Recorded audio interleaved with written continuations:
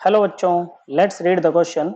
बच्चों कह रहा है कि for the reaction H2 gas plus Br2 gas gives 2HBr gas, the experimental data suggest rate equal to K जो है बच्चों रेट कांस्टेंट है, multiplied by concentration of H2 multiplied by concentration of Br2 raise to the power 1/2, the order of the reaction is. तो बच्चों ये हमें जो दे रखी है ना, ये दे रखी है रेट लॉ एक्सप्रेशन। ओके बच्चों, क्या दे रखी है? Rate law expression.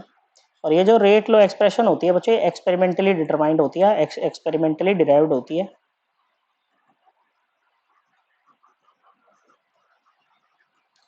ओके, इसमें होता क्या है, जो रेट होता है ना वो इक्वल होता है रेट कांस्टेंट मल्टीप्लाइड बाय जो रिएक्टेंट्स है ना हमारे, जैसे H2 है यहाँ पर और Br2 है।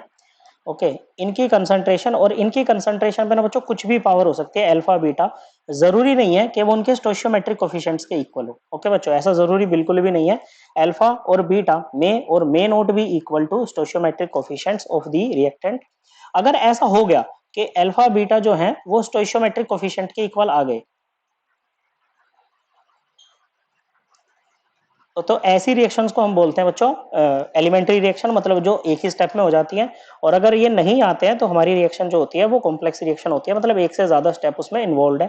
तो यहाँ पर हम देख पा रहे हैं कि जो अल्फा और बीटा, जैसे अल्फा की वैल्यू क्या है 1 है और बीटा की वैल्यू क्या है बच्चों, ये है 1/2।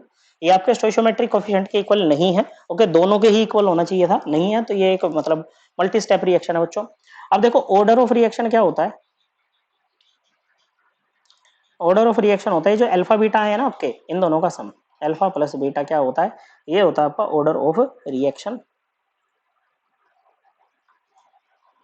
ओके बच्चों, तो क्या हो जाएगा, अल्फा की वैल्यू 1 प्लस बीटा की वैल्यू 1/2, आंसर आ गया कितना बच्चों 3/2। तो correct answer option number B. I hope आपको ये एकदम क्लियर हो गया होगा। थैंक यू बच्चों।